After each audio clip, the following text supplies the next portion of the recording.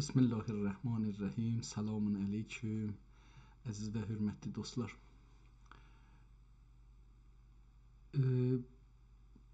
Çünki Türkün məktub təməddünün, mədəniyyətin tanıtmağa çalışıram.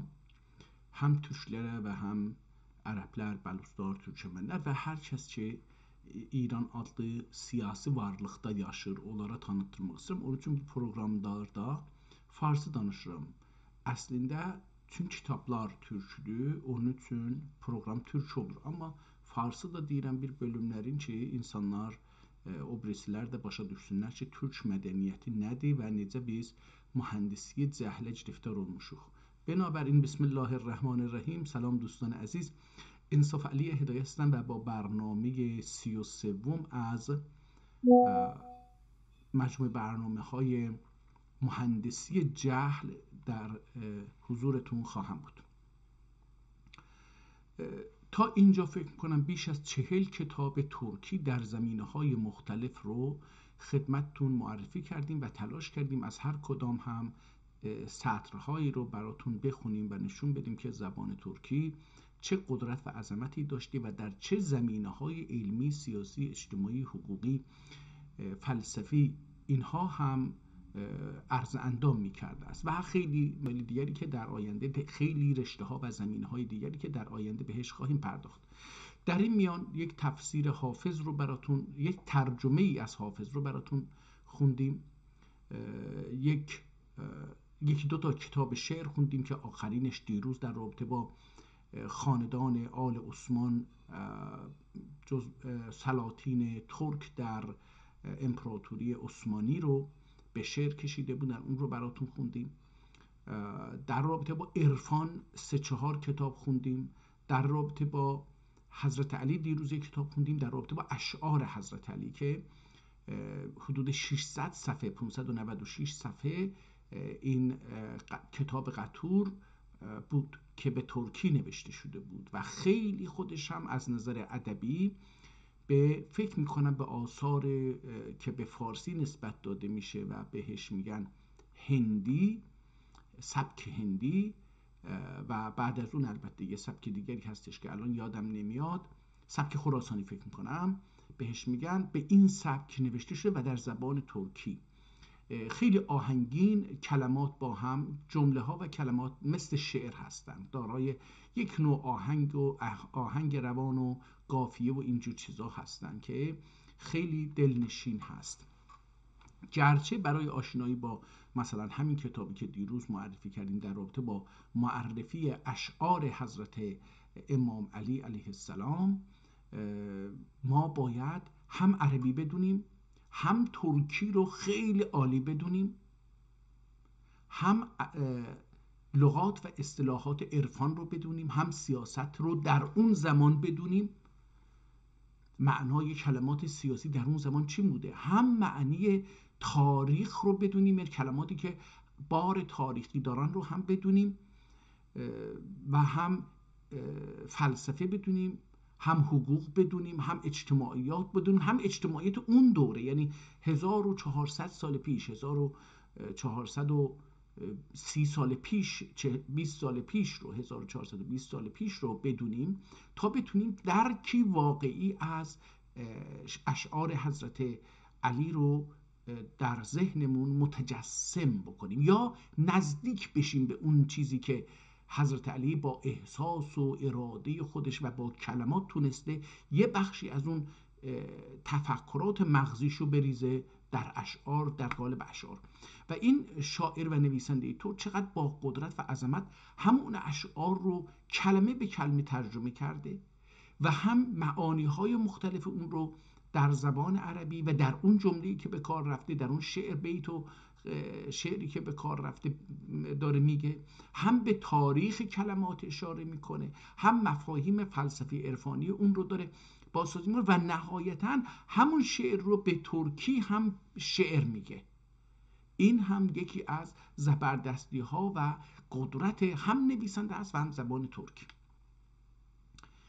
و باز عرض میکنم که تفسیر ترک ها از قرآن، حالا یک کتابی هم در رابطه با تعدادی از سوره های قرآن رو هم تفسیر کرد، هم ترجمه کرد و هم تفسیر کرد و این هم بسیار متفاوت، یعنی آیه رو کلا نمیخوند بلکه سوره رو که بسم الله الرحمن الرحیم میگفت شروع میکرد کلمه به کلمه، خیلی متفاوت از اون چیزی که در زبان فارسی رایج و جاری بوده و هست معنی میکنه و تلاش میکنه به نوعی بی‌طرفی رو داشته باشه. البته که سنی هست نویسنده و به هر حال شیعه رو هم احتمالاً به رسمیت نمیشناسه.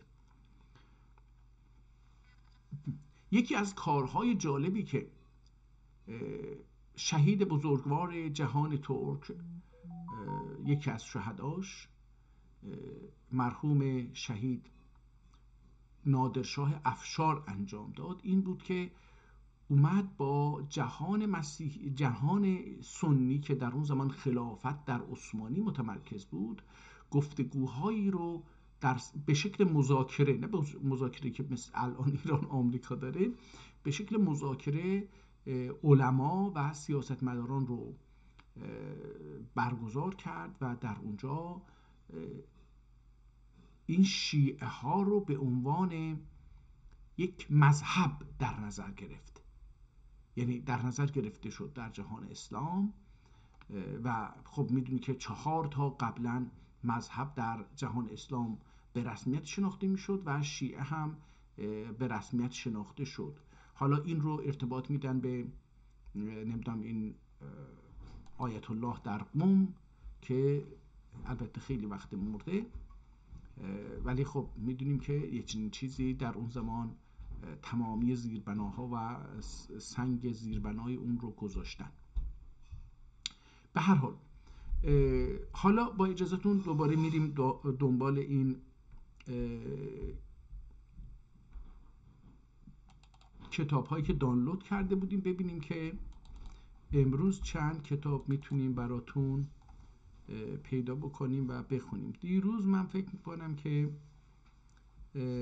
شرح دیوان علی مرتضی رو دیروز خوندیم، همچنین سلاطین شمایلی و کیملی که در مورد هر پادشاه عثمانی بود و درباره هر کدوم زندگیشون رو، فتریاتشون رو، چگونگی مرگشون رو، اینها رو و تاریخ تولد و وفاتشون رو هم اونجا به شعر کشیده بود. اگر اجازه بدید برای اینکه چیز نباشه این 3 کتاب بخشید باز بکنیم. یکی همین عشق و صفا باشه در 292 صفحه، دیگری فیض باشه که فکر میکنم یک کتاب شبیه این رو قبلا خونده بودیم، حالا اگر همون بود که کارمون راحت تر میشه، و گلستان سعدی این رو هم باز بکنیم ببینیم که تاریخش اینا چی بوده. برگردیم حالا از میان این کتاب ها سوره نساء رو دیروز خوندیم، مشق ایغوری رو خوندیم، عشق و صفا فرایض و گلستان. اوکی، از عشق و صفا شروع بکنیم.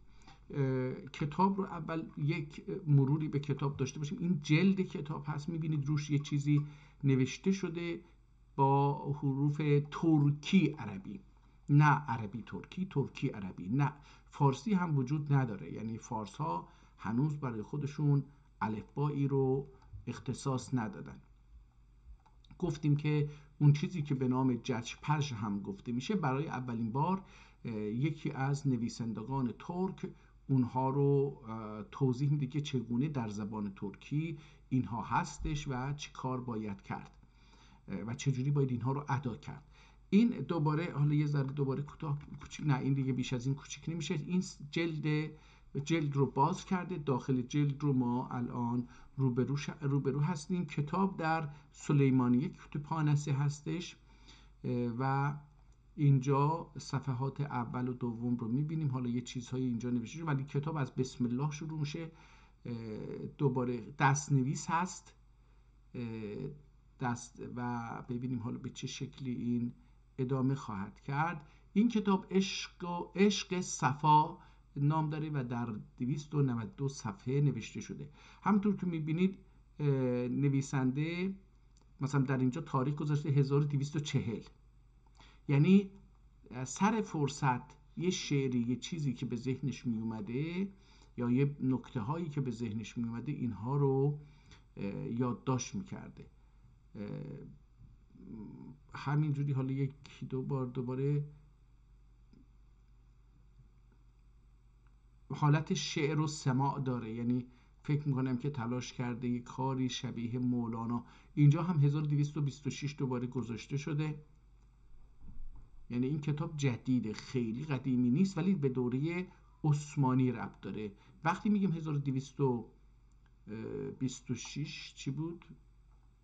1226 یعنی این که از اونجا بگیم 20 سال، چون الان 1446 حدوداً 200 ساله، حدوداً 200 ساله این کتاب، 220 ساله دقیقاً 220 ساله این کتاب نوشته شده.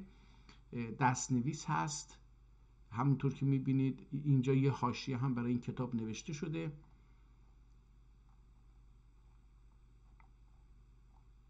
خب یه آخرش هم یه دیدی بهش بندازیم. فکر میکنم اینم عکس نویسنده باشه، احتمال میدم، نمیدونم.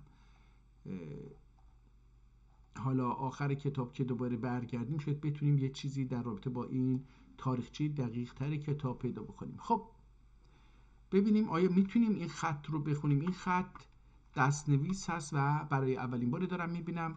باز هم اعلام میکنم من در زبان ترکی آموزش ندیدم، نه در مدرسه نه در دانشگاه نه در حوزه علمیه، همه اینا رو رفتم. یعنی در خارج از ایران هم که این حق رو در ایران نداشتیم و به رسمیت شناخته نمی شدیم، نه به عنوان ترک نه به عنوان زبان ترکی، هنوز هم که هنوزه به رسمیت شناخته نمیشیم و در قانون اساسی ایران هم هیچ جایگاهی نداریم.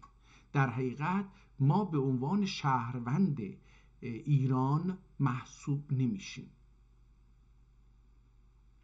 و در افواه عامه، و منظورم عامه یعنی خارج از قانون اساسی و قوانین، ما به عنوان مهاجمان و اشغالگران ایران شناسانده شده ایم و میشویم که باید از این مملکت خودمون بریم بیرون. اینقدر پررویی در مورد ما وجود داره و متاسفانه چه بخواهیم چه نخواهیم این نوع تفکر در میان مردم به خصوص دانشگاهیان و مثلا روشنفکران که من اونها رو سیاه فکران فارس میدونم، اونها این نوع تفکر رو ارائه میدن. حالا اگر برگردیم بتونیم اینجا رو بخونیم ببینیم چی هست. اوماجو bir nezme ersesini ettim عجز و نقصان ده حسب حال ettim. حالا اینجا من این کلمه رو خیلی خوب نمیتونم دیگه، اینجا یه حسبی هستش، حسنی هستش، چی هستش، این اول کلمه چی هست، اینها یک کلمه یا نه. خب ببینید برای اینکه یک کتاب رو بخونیم ما باید با خط نویسنده چشممون عادت بکنه. مادامی که چشممون عادت نکنه تا کلمه رو تشخیص بده، چون وقتی ما به کلمه نگاه میکنیم، به متن نگاه میکنیم، باید چشم ما اون کلمه رو کامل بتونه در کلیت اون ببینه و این رو منتقل بکنه به مغزمون و مغزمون باید با این خط و با اون چگونگی حرکت قلم در روی کاغذ و چسبوندن حروف به هم آشنا بشه تا بتونه یه تصویری از اون و یه درکی از اون رو برای ما از میان میلیون کلمه‌ای که در ذهن داریم بیاره بالا و بگه که این معنی رو داره. ولی حالا من این کتاب رو برای اولین بار میبینم، در زبان ترکی آموزش ندیدم، با خط دستی اصلا آشنایی ندارم و خوب هم ریسم میانم، برای اینکه خیلی وقتا دستخط خودم رو هم نمیتونم بخونم. در نتیجه ملا نصرالدین نباشیم که یه خطی رو مینویسیم بعدا نمیتونیم. خب به هر حال من این خط رو نمیتونم بخونم، تلاش میکنم بخونم. علتش برای این همه سماجت میکنم برای اینه که میخوام خودم رو آموزش بدم. من نمیخوام به شماها که دارید گوش میکنید و میبینید و لطف میکنید بگم که آقا من در زبان ترکی ال هستم بل هستم. نه، تمامی تلاش من بر اینه که این زبان ترکی رو باهاش آشنا بشم و کتاب هایی که در اون نوشته شده و به ما گفتن که ترک ها کتاب ننوشتن، و ما هم حتی باسوادهای ترک که در زمینه ترک فعالیت کردن هم همین عقیده رو دارن که آقا ترک ها چرا به مثلا به فارسا زبان فارسی حمایت کردن و اونجا اشعار نوشتن و از این حرفا. و این رو فکر و میاییم و تمام نسل‌های گذشته خودمون رو به خصوص سلاطین و خلفای ترک رو محکوم میکنیم که چرا به زبان ترکی رو رسمی نکردن، علمی نکردن فلان. برای چی؟ برای اینکه من که میگم ما، منظور من از ما هم خود شخص من هست و هم کسایی که در ایران، ترکایی که در ایران زندگی میکنن، چه حالا ترک به ترکیت اعتقاد دارن، چه خودشون رو آذری میدونن، چه خودشون رو ایرانی میدونن، اینا چه نیمه فارس شدن یا فارس شدن. و علاوه بر اونها ترک‌هایی در آذربایجان شمالی هست، در ترکیه هست، در کشورهای دیگر ترک هست و در کانادا و آمریکا و اروپا و استرالیا و جاهای دیگه هستن. همه اینها مد نظرم هستش. حالا درشون ممکنه که یه انگشت شماری 50 نفر، 100 نفر، 1000 نفر از 500 میلیون ترک ممکنه که بدونن که زبان ترکی زبان علم بوده، زبان فلسفه بوده، زبان منطق بوده، زبان نجوم و شیمی و فیزیک که ما در مورد این حداقل شیمی و داروشناسی و پزشکی و اینها کتاب‌هایی رو معرفی کردیم. حداقل 3 کتاب در زمینه پزشکی و ترجمه ای از شفای بوعلی سینا رو هم اینجا معرفی کردیم. نه ترجمه، خلاصه، چون که اصلا خلاصه یعنی یک کتاب جدید دیگه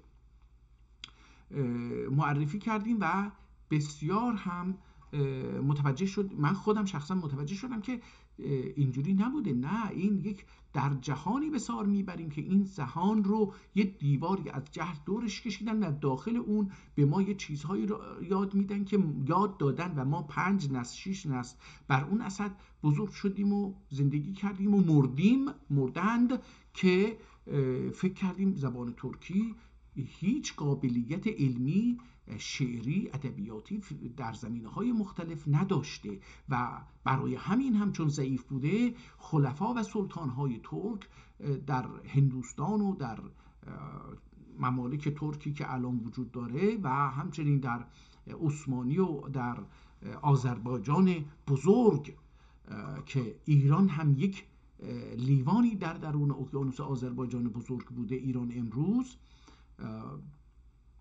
در داخل اینجا سلطان ها با زبان ترکی چه کارها کردند ما هنوز با اینها آشنا نیستیم. به هر حال در خواندن این کتاب های دستی خیلی به گل میافتم، اما سماجت به خرج خواهم داد و من این هنر رو و این چیز رو به دست خواهم آورد، این توانایی رو به دست خواهم آورد که بتونم هم کتاب های خطی بخونم، هم کتاب های تخصصی بخونم، علمی بخونم و همچنین استاندارد. خودم هم یه روزی بتونم به زبان استاندارد ادبی تخصصی ترکی بنویسم و صحبت بکنم. خب برای این کار باید زحمت کشید، همونطور که برای هر کاری باید زحمت کشید و بدون زحمت نمیتونید حاصلی رو به دست بیارید، نمیتونید صاحب یک اندوخته بشید. زبانها همینطور هستش. شما اگه بخواید زبان روسی یا انگلیسی یا فرانسه یا آلمانی رو یاد بگیرید باید حداقل 2-3 سالی وقت بذارید تا با اون زبان آشنا بشید. خب برای اینکه زبان ترکی رو ما ترک‌ها در ایران و در ترکیه و جاهای دیگه بتونیم به شکل ادبی و استاندارد و علمی و تخصصی یاد بگیریم، باید برگردیم و به کتاب‌هایی که دیروز از کردم 250 سال قبل و قبلتر از اون نوشته شده که فراماسونی هنوز نتونسته بود بر جوامع ترک نفوذ بکنه و انسان‌های باسواد و تحصیل کرده و ملاها رو بخره و تحت اختیار خودش در بیاره که عقاید و نظریات فراماسون‌ها و غربی‌های مسیحی رو در جوامع و ملل ترک و عرب اینها رو گسترش بدن و تعمیق بدن و اون نظریات غربی فراماسونی رو بر این ملل عرب ها و ترک ها تحمیل بکنن در داخل به تدریج و در طول زمان. خب باید با اون کتاب آشنا بشیم. خب حالا ببینیم که چی میگه حقیقت شیخ وصالی داعی مطلع نور تجلی عاشق محراب عشق. محراب عشق، عاشق محراب عشق. خب حالا من اولش اگه نتونستم بخونم آخرش رو تونستم. شکاف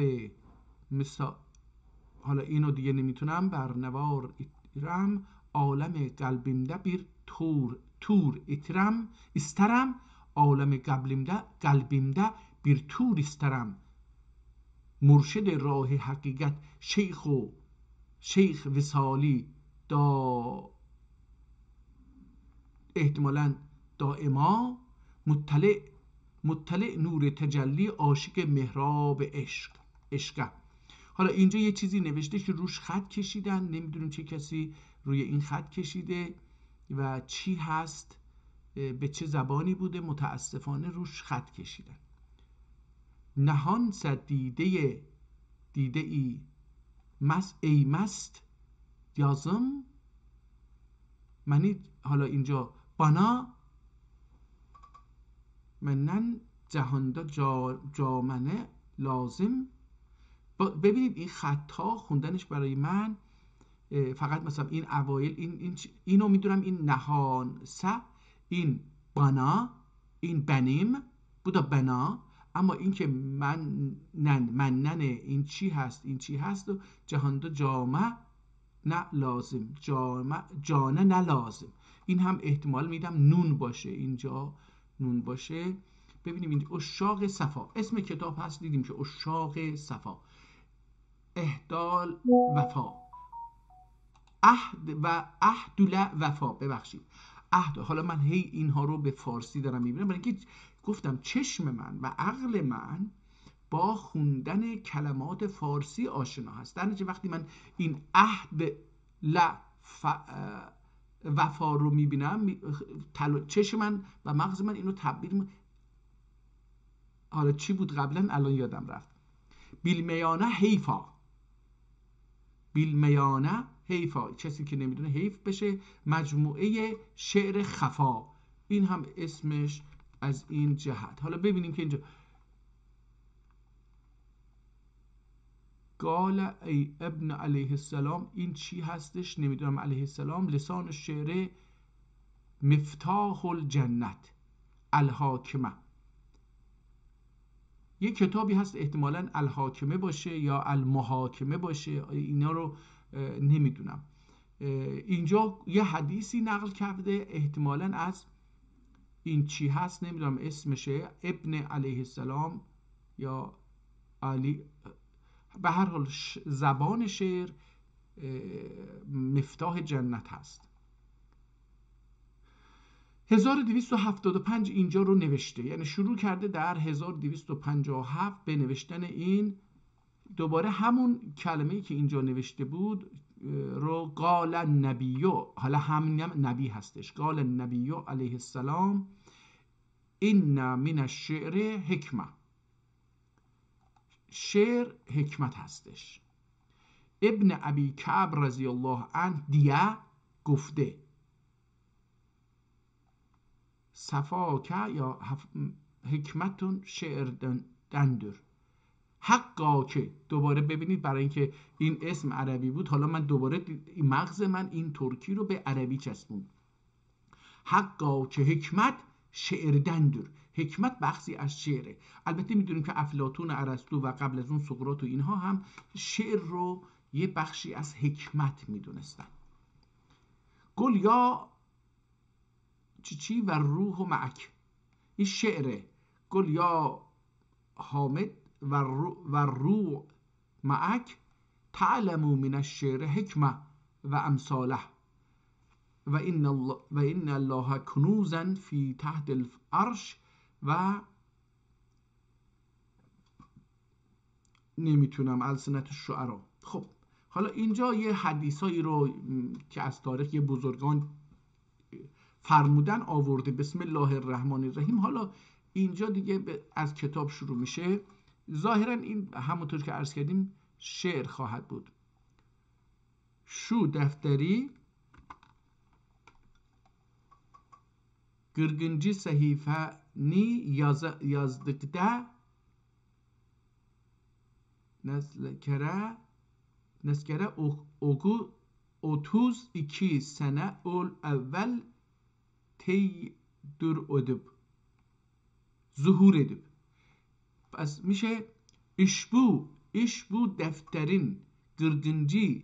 sahifesini yazdıkta nakere این نمیدونم این یعنی چی 32 سنه اول 32 سال قبل ظهور ادب. یعنی حالا وقتی این دفتر رو میخواسته صفحه 40 رو بنویسه میگه که 32 سال قبل این دفتر رو شروع کرده بنوشتن. ظهور ادب کمال موزوده arattığım و bir اخوانه verdim. حالا نمیدونم کلام مزشله حالا این چی میشه؟ آن adablığım var و bir اخوانه verdim getirmedi dediğim. این کتاب رو نوشته داده به یه دوستش. ادب کمال حالا این یه صفته. آرادغم یعنی کسی که دنبالش بودن و بیر اخوان وردم. حالا بیگه که احتمالا این مرشد باشه، فکر میکنم که اینجوری شده نقطه اومده. کمال مرشد آرادغم و بیر اخوان وردم getirmedi dediğim 1218 در سال گفتش که 32 سال پیش 32 سنه یک کتاب رو نوشته داده به دوستش و این نیاورده. در چرا دیدیم 1218 senesinde غزلیاتی بکره گوید دیه بشکاش نقدخانه ادب اخوان با صفات. حالا به هر حال آقا این کتاب یک کتاب شعری هستش که نوشته به زبان ترکی. یه مقدار دستخطش برای من چیز مثلا اینجا برای اولین بار میگم لطفاً رو به کار دیه لطفاً وردیی غزلیاتی اینن birinci sayfada hükmü yazılmış başlanmıştır. غزلیاتم böyle 32 سنه ben. حالا یه مقدمه نوشته که چه بر سر این کتاب اومده و این غزلیات رو حالا ما ببینیم میتونیم ازش این ور اون ور یه چیزی ازش بخونیم، چند تا غزل رو بخونیم و بریم ببینیم چی میشه اگه بتونیم این خط رو بخونیم. خب معمولا من با این خطا مشکل دارم. یکی دو تا کتاب قبلی هم که معرفی کردیم درشون همین مشکل رو بیشتر داشتم. امیدوارم که ey kökül hiç kimse bilmez ilmi dünyayı hiç. Ey kökül hiç kimse bilmez ilmi dünyanı hiç. Bu müzeyyime laceverdi قبه مینایی هیچ. این مزین باشه چی باشه؟ بو مزین لاجوردی قبه مینایی هیچ. گل بو کجن گل بو کسرت عالمینده هیچ دیاره و حسرته هیچ دیار و حسرته مستلیه اتم تنزل فانی نین الاشیای هیچ. فانی بیل اشیای هیچ. این مستلی چی میشه؟ اینو نمیتونم بخونم. مستلایه اتم تنزل. این مستلا نمیشه، یک چیزی پایین نمیدونم مطلعیه سفلایه اشعا سفلایه اتم تنزل fani bil eşyayı hiç. Bir iki günün bu mehnet khanenin ya khanede mehmanisin. Bir iki gün bu mehnet khanenin mehmanisin ya siz nereva bihude eten şuriş قوقایی heç ya foqایی heç, qovqayı heç. Gözlərin qadir ağlar isə ağlasa qu haqqı var. Neçə bil batdi eşitdün Adəm و حوایی heç. میشه خون پس دوستان. حالا یه ذره آدم وقت بذاره برای این کتاب، میتونه این کتاب رو بفهمه و بخونه. چون راه خداده عهد و پیمان ایلدم. حیرت کراده قالدم، حیلت سراده قالدم زار گirya ne eyledim. Odur iki taşlar ile donup Allah dedim. Odur iki yıl ihtimalen başı. O da 2 yıl taşlar ile donup Allah dedim. درگهی سهلا eşkide این سهمانه ممکنه باشه. آه افغانی ایلدم. هجر موزانه وصالی göz etti. حالا ببینیم میتونیم بخونیم، نه اینکه نمیتونیم بخونیم. من هم میتونم یه ذره 1-2 ساعتی وقت روی این کتاب بذارم، میتونم خط رو بخونم و معانیشو هم بفهمم. فریاد و فغانla geçti zamanda کستی توان. حالا نمیتونم، بعضی کلمه ها رو باید چشم عادت بکنه و بدونم که چی هستش. میبینیم که خب به هر حال این هر کدوم رو در یک مقطعی نوشته. برای همین هم گفتیم در اول کتاب که بهش حالا ببینیم این خط رو، این خطی که با این رنگ اسم در آبی و این رنگ سبز، من این آبی رو بهتر میتونم بخونم. حالا بذارید ببینیم چی میشه. سر سبحانه اندی اسرای شایاندر شیخ. سر سبحانه اندی اسرای شایاندر شیخ. جامه و جانانه دور درمایه نور فرزانه در شیخ.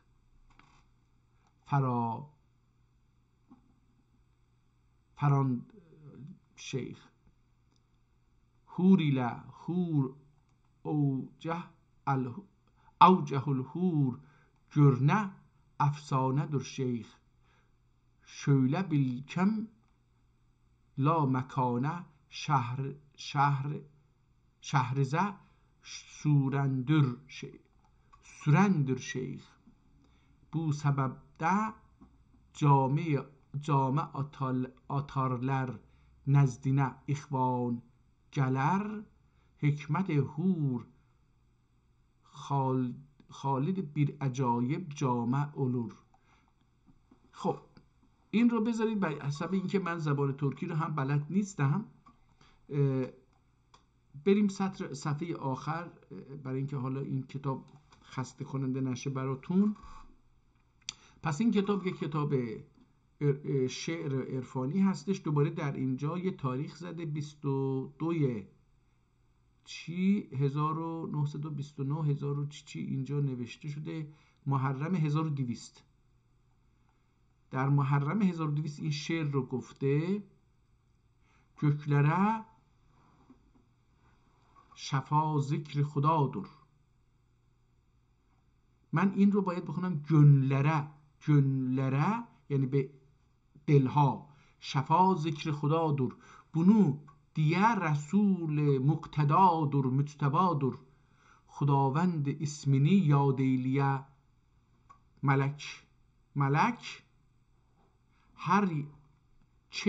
her yerde bize فرضی ادادر.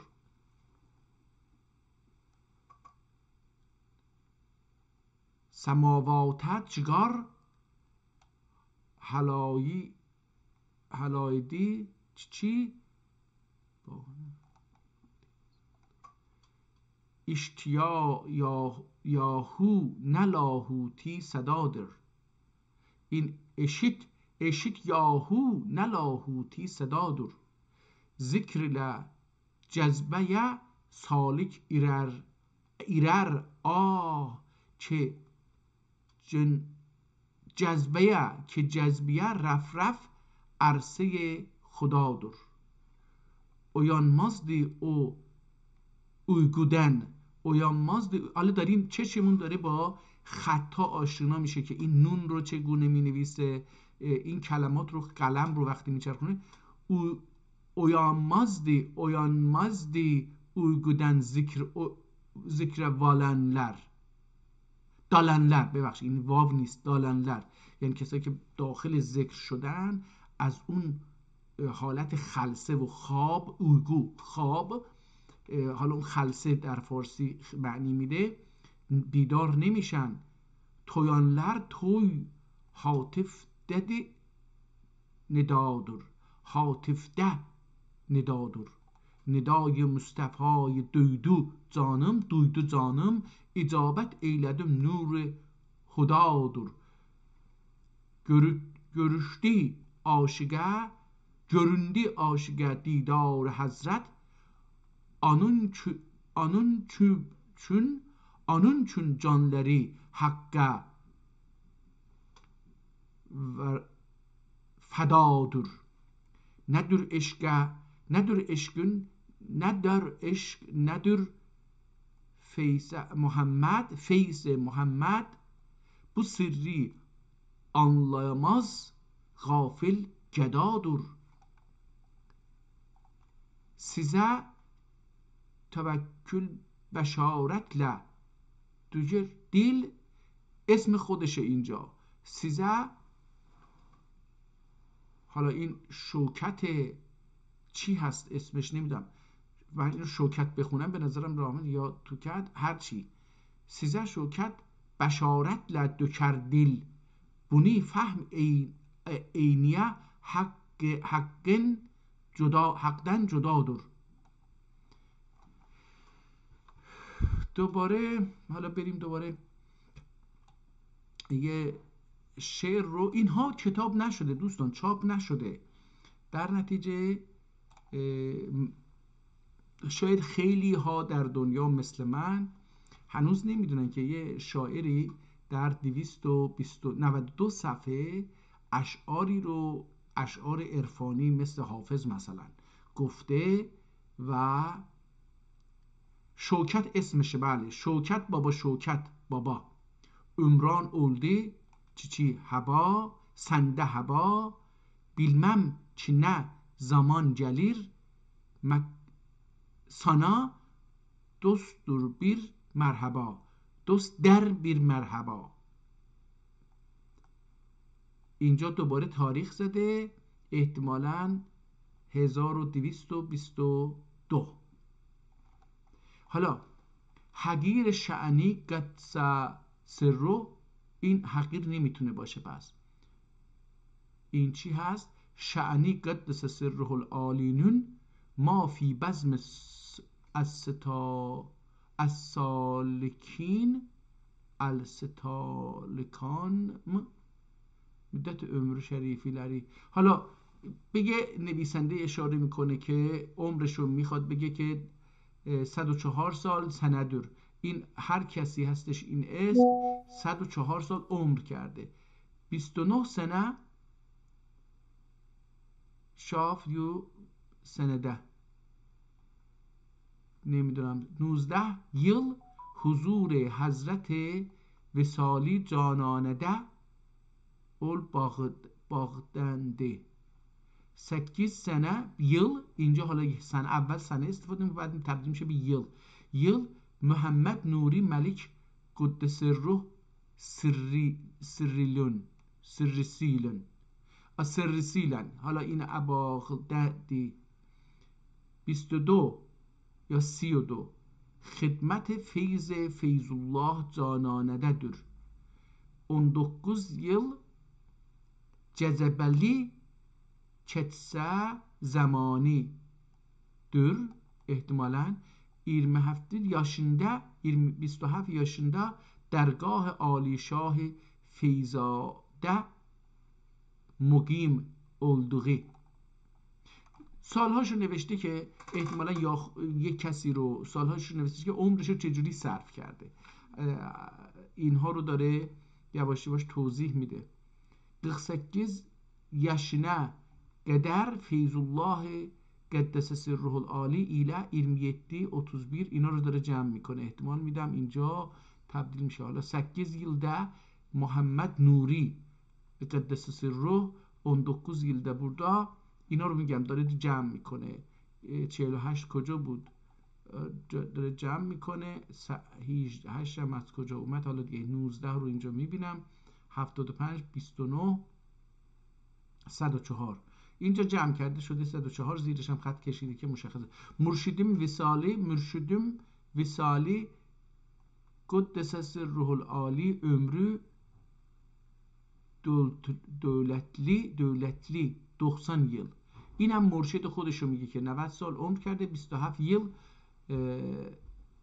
ملاتده یه شهر ملاته فکر کنم در ترکیه امروزی. حاجی واعظ افغائیله افندیله ببخشید حالا احتمالاً افقیله. حالا دارم یه چند چیز اینا رو باید میبینید. ما باید با این اسامی آشنا باشیم. 44 yıl Feyzullah Mevlana ile 71 oldu buradan. 19 yıl irşad gösterende خودش استار چیز کرده. حالا دوباره اینجا 3 و 72 و 27 90 میشه. طریقت باشه. اینم یه اطلاعاتی در مورد بزرگان داده. اطلاعات خیلی ذی قیمتی هست اگر آدم بفهمه. استانبول شهر امین bir ana nuru 22 حالا اسم خودش احتمالاً وصالیه. اونجا هم که یه شعری خوندیم ازش که چیز گفته بود، گفتیم که چیز بکنیم باید اونو وصالی میخوندیم. میگم وقتی با یک کتاب دستنویس روبرو هستیم خوندنش سخته، برای اینکه ما در طول خوندن صفحات مختلف دستنوشته با نوع چرخش قلم برای نقاشی کردن حروف و صداها آشنا میشیم. یواش یواش در طول مثلا 10 12 20 30 40 50 صفحه با قلم اون آشنا میشیم. حالا من امروز میخواستم یه توضیح بدم. قبلا یه بار عرض کردم که انسان ها بسیار چیز هستن، ویژه. هر انسانی منحصر به فرده. از هر انسانی دوتا وجود نداره، یه دونه وجود داره. گفتیم که مهمترین دلیل این که انسان یه دونه هست اثر انگشته. اما دقت بکنید حیواناتی که بوها رو میفهمن مثل سگ‌های شکاری و سگ‌ها در اصل، اینها یه پیراهن من رو با یه پیراهن مثلا پسر من رو با یه پیراهن دختر من رو و همسر من رو و مادر من رو و بدید به این سگ و بگید که مثلا دنبال من بگرده. اون در میان این 88 میلیارد انسان روی کره زمین که هر کسی بوی ویژه داره، یه بوی خاصی داره، در میان این 8 میلیارد انسان به اضافه 10 میلیارد حیوان فقط دنبال بوی شما میگرده و دنبال اگه بتونه خطش رو پیگیری بکنه کجا هستید اونو دنبالش میگرده. پس شما از نظر بوی بدن هم منحصر به فرد هستید، نه تنها این. حالا به نظر من از نظر رنگ چشم هم، طیف چشم ها ممکنه که مثلا بگیم رنگش سبزه، رنگش آبیه، رنگش خرمایی، یا رنگش عسلی، یا رنگش طلایی، هر رنگی بگیم اینو بگیم. ولی این رنگی که ما میگیم، ولی به کامپیوتر اگه اینو بدیم اینها هر رنگی طیف های بسیار گسترده، میلیون ها رنگ داره. مثلا آبی ممکنه که میلیون ها رنگ داشته باشه و ما فقط اونها رو به عنوان آبی میشناسیم. این اولین کتاب رو همینجا تمومش بکنیم، بریم کتاب دوم ببینیم این فرایض چی هست. آیا ما قبلا در مورد این فرایض یک چیزی اینو خوندیم یا نه؟ فکر میکنم که این همون کتاب قبلی هست. دوستان ببینید، من این فکر میکنم همون کتاب، دوباره اینو به خاطر این نقاشی میگم، حالا احتمالاً این همون نباشه و اون نیست احتمالاً اینجا متفاوته و حتی این اطرافش هم به نظر من اومد که متفاوته. من میتونم البته که برم اینجا و اون کتاب رو هم پیدا بکنم اگر بتونم باهاش، فضیلتلر. ببینیم این با اون چه فرقی داره. رنگش فرق داره، شروعش فرق داره، اینجا هم فرق داره. این طلایی بیشتر به طلایی میزنه. همین که جلدش رو بگیم فقط، این فرایض اینجا رو نگاه بکنید، خیلی متفاوت هست. این در سلیمانیه نگهداری میشه، این در کجا نگهداری؟ این که نه، این فضیلتلر این در کجا نگهداری میشه؟ ببینیم میتونیم، اینم در سلیمانیه نگهداری میشه.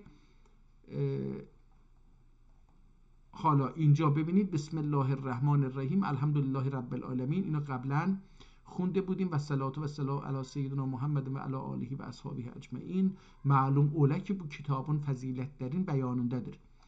خب این با اینجوری شروع میشه. ببینیم این چجوری شروع میشه. این هم فرایض. این میگه بسم الله الرحمن الرحیم الحمدلله الذی جعل الصلاة مفتاح السعاده و معراج اهل السلوک و الزهاده و الصلاة و السلام علی رسول محمد الذی جل همته بل کلها یا کلها العباد و علی آله و صحبه الذین کانوا عمدة اهل سیاده. و بعد چون که نماز پرنیاز اوللر، نه این کتاب اون کتاب نیست، پس اون اسمش فضیلتلره، این فرایضه. حالا اینجا این کتاب در 546 صفحه نوشته شده. ببینیم اون یکی در چند صفحه نوشته شده. فضیلتلر در 128 صفحه نوشته شده. حالا با اجازه من این فضیلتلرها رو چون اون نیست میبندم و میاییم اینجا فرایض رو باز میکنیم. فرایض همونطور که از اسمش پیداش که کلمه عربی هست، در مورد واجبات صحبت، فرض شده. فرض البته از نظر این چیزی که ما در ذهن داریم اینه که ما یه چیزی رو فرض میکنیم که درسته یا غلطه. فرایض هم احتمال من میدم که به این معنی باشه که فرضهایی هستش که اینا واجبن یا واجب نیستن. یعنی خود کلمه یه مفهوم شک داره توش. حالا بذارید اول یه نگاهی به خود کتاب بندازیم، ببینیم که این کتاب چه شکلی نوشته شده. ببینید خطش دستی هست، یه خط جالبیه، من اینو میتونم بخونم.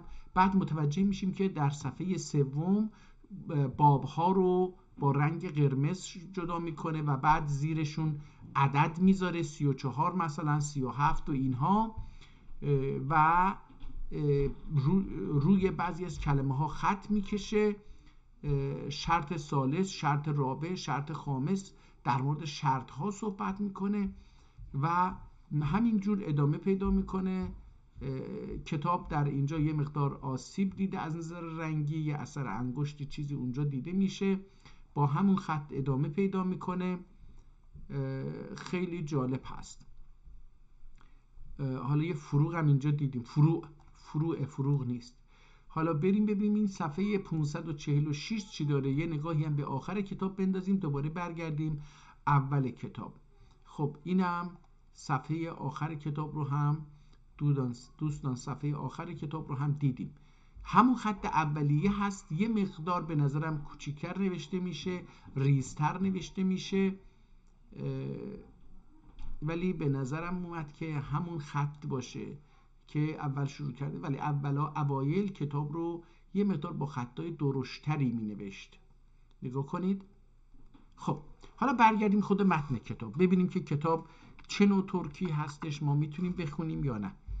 حالا عربیشش رو گذاشتیم، ببینیم چی میگه. و بعد چون که نماز پرنیاز اوله حقوق عبودیت ده، هر کس کفیل شامل و ارتقاء مراتب انسانیت ده، جمله معراجه، جمله معراج کامل المغل اوقات خمسه نمازهای پنجگانه. خمسده آنا اشتغال ادن، آنا گفتیم که آن یعنی هم اون، اشتغال ادن مؤمنین این چی هست؟ اقامه ها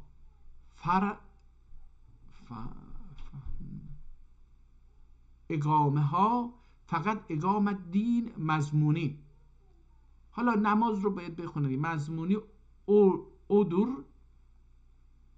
عذر نه این که عذر میشه. حالا اینجا یه نقطه افتاده، احتمالا نقطه نیست. اتنا به خیمه دینه چارمیخ شرایط و فرائض و واجبات و سنن رعایتیله استحکام وردکن وررکن لاجرم سرسر و ساوس شیاطین وساوست بودا، سرسر و وساویس شیاطین آنا اثر اتمس و اوتاد تعدیل ارکان ایله آنی بنیاد و استتمام ایله دکته بی شبه دست تخریب فستگیمن آنا اثر اتمز فاسگین آنا اثر اتمز امدی یادگاه دینون بارگاه دینون امری عالیشانی و میدان مجاهدتون سلطانی صاحبگران اولان جامع الفضائل العلمیه و العملیه اعنی بهی الاستاد صاحب المتیه حدیث مذکوره امتصالا اقامه دین و اعانت مسلمین نیت ل مسائل صلاتون منتخاباتنی حاوی و mustasfiyatini muhtevi olup sefer hac üzere bir çatr metin kurmuş. چتر متین burada نظر گرفتن چتر یک کلمه ترکی باید باشه، برای اینکه چتری که ما الان به این عنوان که این هستش میگیریم این کلمه جدید هست و این کلمه قدیمی تره. چتر متین گرموش بلکه حسن حسین گیبی، حالا حسن حسین عربی به معنی قلعه هم میشه گرفت. گیبی bir کتاب عظیم و اثر جسیم یادگار koymuş ne ibaret rayigesi cevahirle merzae ve işarat faigesi müşün sahibesi müşün ve muşk abir ile melma'adır an قواعدنی یا فواidنی تجرید و فواidنی تقیید و مجملی قواعدنی تجرید و فواidنی تقیید و مجملینی تفصیل و مفصلینی تکمیل چون قدوت المحققین اسوة المدققین ناصر الملت و الدین امام الاسلام و المسلمین ذو طبع الملکی و الذکی المعی المعی العالم الربانی محل الفیض السبحانی الواقف على الاسرار العلوم علم العربی اعنی به الامام ابراهیم حلبی تغمده الله تعالی بالغفران. حالا این یه آقای به نام امام ابراهیم حلبی خواسته یه کتابی رو در زمینه نماز و اینجور واجبات بنویسه که میبینید از نظر حالا اینجا یک چیزایی هستش ببینیم چی میگه. بالغفران و اسکنت یحویت الجنان حضرتلری و دخی تسهیل صوب و تقشیر لباب ادب bir mertebe şerh kitabı eylemiş ki her bir veregi dört hakaik dürer hakaik salat ile mütehalli ve kunuz degâik ibarat ile mütehalli olmakla çün kağız zar macalis ve محافilde mütedavil ulul albabden ve lakin lügat arabiyeden çendan زوگیاب olmayan اخوان مؤمنین آنن مخدراتیندن کشف. حالا میگه که دوستانی که با زبان عربی آشنا نیستن به خاطر اون داره ترکی رو مینویسه و افکار معانیسیدن دیگه این کتاب رو نمیخوایم بخونیم. بریم ببینیم که این پایین چی میگه. خیر دعادن فراموش بیور میالر. شاید اسم خودشو بذار ببینیم هم یه تندخانی همینجوری الکی بکنیم ببینیم که اسمی ازش میتونیم به نفع عام آمن موحدینه نفع عام و جز نام گست ایدلر bu فقیر پر تکثیری خیر دعادن فراموش بیور میالر. اسأل الله تعالی الالهام الثواب و اعوذ به من العتاب و العقاب. اول کی باب شرایط صلات بیاننده دور. باب اول در بیان شرایط صلات هستش. Bu kitabda namazın 6 şartı zikr olundu. در این کتاب برای نماز 6 تا نماز ذکر شده. شرط اول حدیثدن، طهارتدن، حدثدن و طهارتدن، طهارت دور. حدثدن طهارت دور. شرط اول از حدث، از اون چیزی که از انسان خارج میشه به غیر از دهن انسان، چیزی که از پایین تنه انسان خارج میشه به اون میگن حالا هر شکلی باشه، مایع باشه، نسبتاً نرم باشه یا حالت گاز داشته باشه، اون حدث حساب میشه. حدثدن طهارت دور. پاکی، طهارت پاکی از حدثات. Bu şartıyla عقیده 8 فصل ذکر olundu. در این باب 8 فصل توضیح داده. در این باب عقبinde bu şartın عقبinde 8 فصل ذکر olundu. فصل اول تیمم بیانındadır. فصل ثانی سولر احکامی بیانındadır. فصل ثالث حوزlar احکامی بیانında havuzlar beyanı ahkamındadır. Fasl rabi ad uk üzre مسهن. اینو نمیتونم بخونم. odunlar üzre، odunlar میشه یا odkulu üzre، نمیدونم این چیه. adınlar شاید باشه. adınlar üzre مسهن بیانındadır. فصل خامس نواقص و وضو بیانındadır. فصل سادس نجاست بیانındadır. فصل سابع güyüler ahkami beyanındadır ve fasl samin hayvanatın artığı beyanındadır. شرط ثانی، این شرط اول رو حالا گفت در این 8 باب خواهد بود که صفحه گذاشته زیرش که در چه صفحه‌ای هست. اول این صفحه 3 هستش، فکر کنم فصل اول 22 هست، این 33 37 اینا، این فکر کنم این شماره هایی که زیرش گذاشته شماره صفحه هاست. بعد شرط ثانی خودش انجاستن طهارت، نجاستلردن. انجاس جمع نجاسته، نجاستن طهارت دادر. شرط سوم ثالث ستر عورت دور. شرط رابع استقبال قبله دور. استقبال قبله یعنی رو به سمت قبله. شرط خامس وقت دور. شرط سادس نیت دور.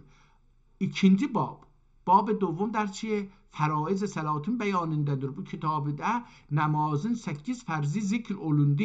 Farz evvel iftitah tekbiridir. Farz sani qiyamıdır. Farz salis qiraat Kur'anıdır. Farz rabi rükû'dur. Farz xamis sucududur. Farz sadis qa'de ahire'dir. Farz sabi musalla namazdan kendi sefiyle çıkmaktır. Senfiyle ihtimalen یه چیزی. فرض سامن تعدیل ارکان‌دür. üçüncü باب. ببینید داره در مورد نماز داره، حالا دیگه اینا رو زیاد نخونیم برای اینکه متوجه شدیم کتاب ترکی هستش. خب قاعدتا زبان عربی درش خیلی دخیله. حالا اینجا یه دوباره یه چیزی اومده اینجا گفته عورت ettikten sonra satr azasını yumaya başladığı vaktide diye üçüncü diye. حالا این در مورد ستر چیز هستش و اینا، ستر عورت و اینها رو گفته. بعد دیگه üçüncü sünnet مزمزه دور. حالا ما در شیعه متاسفانه نمازها رو به شکلی که از دنیای سنی، از اصل دنیای اسلام کلا شیعه جداست، یه چیزی، یه مذهب دیگه، اصلا به نظر من ربطی به اسلام نداره، هم در اصول هم در فروع. حالا اینجا میگه که مزمزه میکنن. وقتی سنی ها میخوان نماز بخونن چند تا عادت دارن که میگم به پیغمبر برمیگرده. یکی این که آب رو مزمزه میکنن، به دهنشون میگیرن، قرقره میکنن تا این بوی دهان و اینها بیاد بیرون. بعد بینیشون رو میشورن باهاش و گوششون رو میشورن و گردنشون رو میشورن و بعد سرشون هم دست میکشن و میشورن. ما فقط اینجا مس میکنیم، پامون رو مس میکنیم، میمالیم به این ور اون ور و اینا، پامون رو نمیشوریم، اینا میشورن. ما خیلی کثافت کاری میکنیم در اصل. یعنی فرض بکنید که پامون عرق کرده، کثیف، گلی و خاکی و اینها، دست میزنیم به این، بعد آخر اول اینه، بعد پا دیگه. حالا با این مثلا میریم بعد صورتمون این رو هم چیز میکنیم. حالا بریم صفحه 50 از این کتاب رو یه نگاهی بهش بندازیم. شد 104 130 بذاریم 150.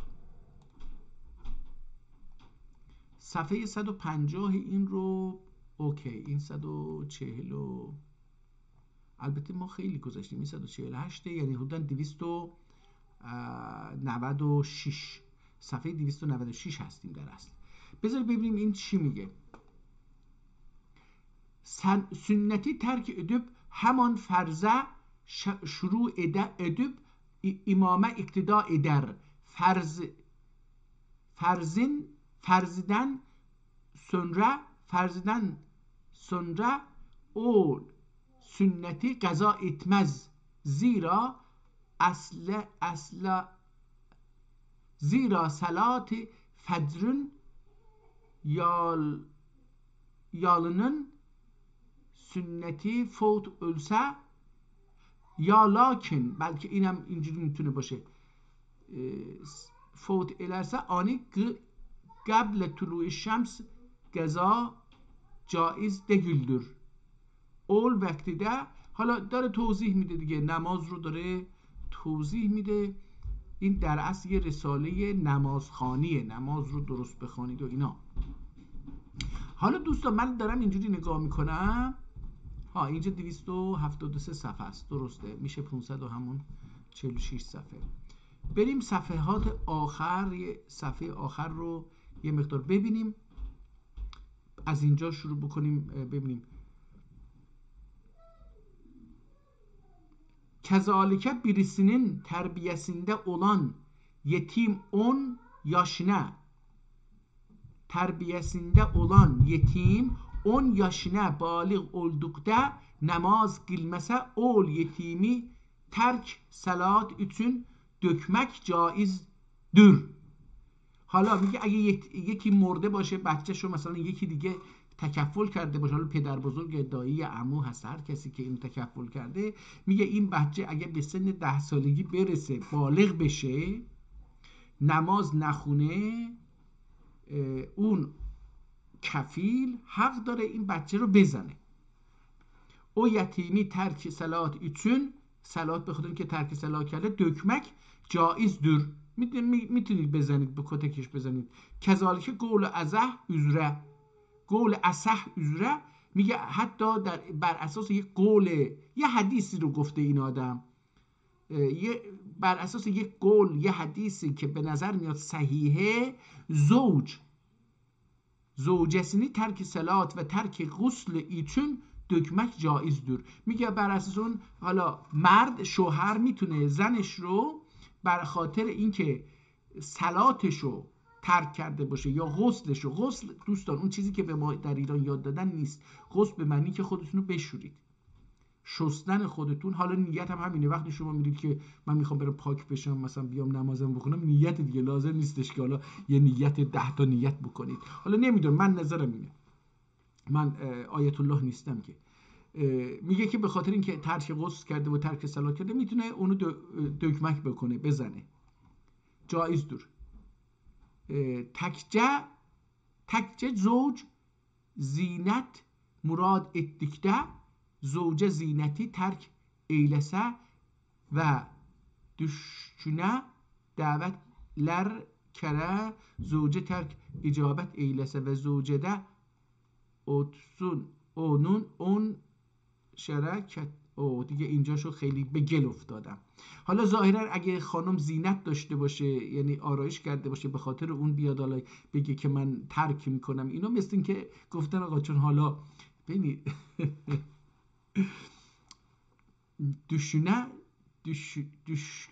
düşküne davetler kere, زوجه ترک اجابت ایلسه و زوجده onsuz odun taşra kere زوج için زوجesini dökmek caizdir. Eğer bu suretlerde dökmekle زوجه خویندن çetmezse, nikahini vermekle qadir olmasa, dahi ani تطلیق eder. قال الله تعالی، یه آیه هم آورده در اینجا که میتونه طلاق بده، میگه اگه دیگه چیز نشد میتونه طلاق بده. یه آیه اینجا آورده و گفته که حالا آیه که تمام بشه، جمیع المؤمنین و المؤمنات دعاشو داره میخونه و طاهرا و باطنا و سرا و علانیه و علی کل حال و صلی الله علی سیدنا محمد و آله و صحبه و سلم و دائما متصلا الی یوم الحشر و المعاد. خب اینم اسم نویسنده رو خیلی متوجه نشدم من. یکی ازش خواسته، تقریبا 3-4 صفحه هم خوندیم، روی هم رفته، ولی چیزی متوجه، بذار ببینیم اینجا چیزی داره میاد، مثل اینکه یه چیزی هست اینجا. نگاه و ابکار معانی سیندن ازاله حجاب متفق olmakla بعضی احبابون التماسیل با عبد حقیر کثیر و تقصیر که ابراهیم ابن عبدالله، اسمش ابراهیم ابن عبدالله ابن ابراهیم البابا تاغی در سنه اشر و مع و الف رجبی ابتدا سنده دل حالا این مکه دیگه، آنی لغت ترکی ایله ترجمه و بیان و نفی عامه، احتمالا از یک کتابی ترجمه کرده ها.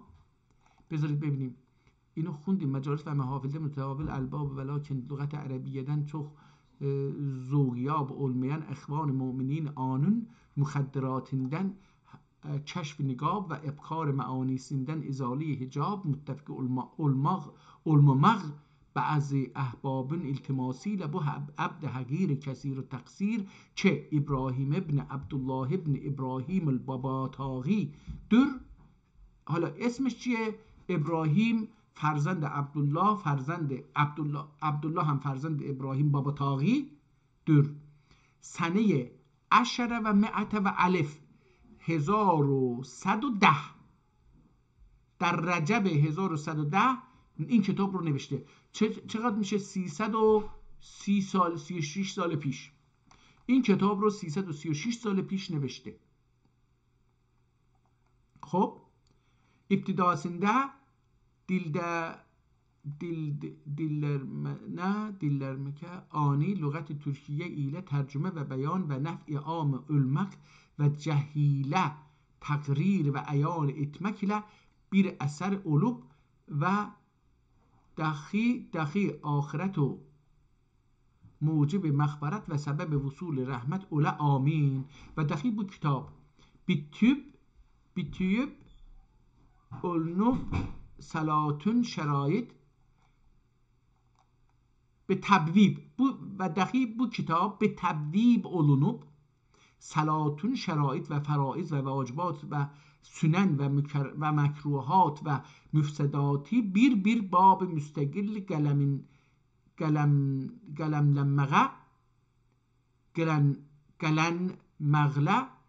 gelenmekle 6 bab kılınıp ve her birinin arasında fasiller zikr olunduğundan dibaçede fehrist işaret olunmuştur ki arus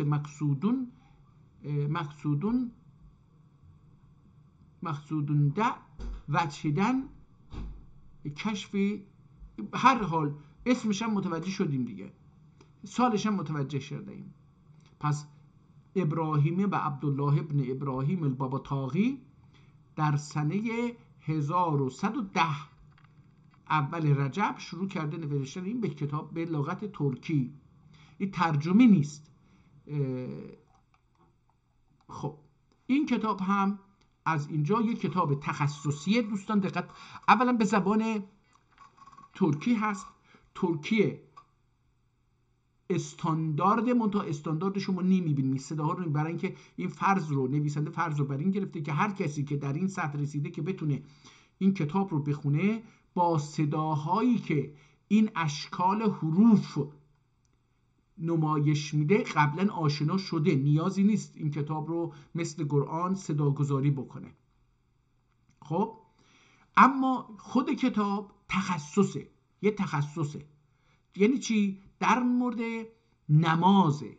نماز یکی از واجبات دین هست. در این حال این به تاریخ برمیگرده، چون به احادیث برمیگرده، حدیث شناسی باید بلد باشه که البته خب داخل حدیث هایی که اینها آوردن 1000 حدیث بیارن احتمالا 900 تاش مثلا دروغه، ولی خب آوردن گفتن که این یه عده‌ای در اون فصل گفتن آقا اینا حدیث های درست هستن و اینا اونو آوردن. بعد قرآن رو میدونه، قرآن تخصص خودش، یه تخصص، یک کتاب بسیار تخصصی هست. خود اینکه شرایط نماز رو بدونید و اینها هم باید بر تاریخ عقایدی که در مورد نماز نوشته شده مسلط باشید، یعنی یه کار تحقیقی در مورد نماز و شرایط اون و مقدمات و مؤخرات نماز داشته باشید، یه کار تحقیقی انجام داده باشید. خب کل اصطلاحات این هم برمیگرده دور فقه و اینجور چیزا که همش تخصصه.